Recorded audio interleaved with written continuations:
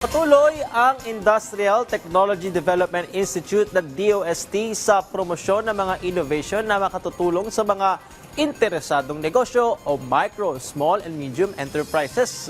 Kasama rito ang nabuong wine kit na nakatuon sa local winemaking gamit ang bignay, duhat at mangga. Nakapaloob dito ang gamit na teknolohiya tulad ng fermentation para makabuo ng dekalidad na produkto. Samantala, isusulong din ang alternatibong goat meat na kanilang pinopromote bilang halal food. Ayon sa ITDI, ang karne ng kambing ay mas mababa sa fat at kolesterol kumpara sa ibang karne, habang mataas din ang protein content nito.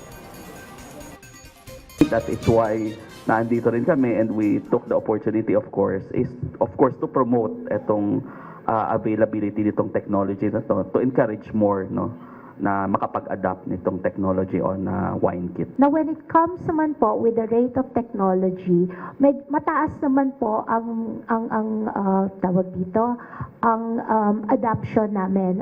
Remember, we are not only promoting the product. We are also promoting the process, the facilities of ITDI and also the services.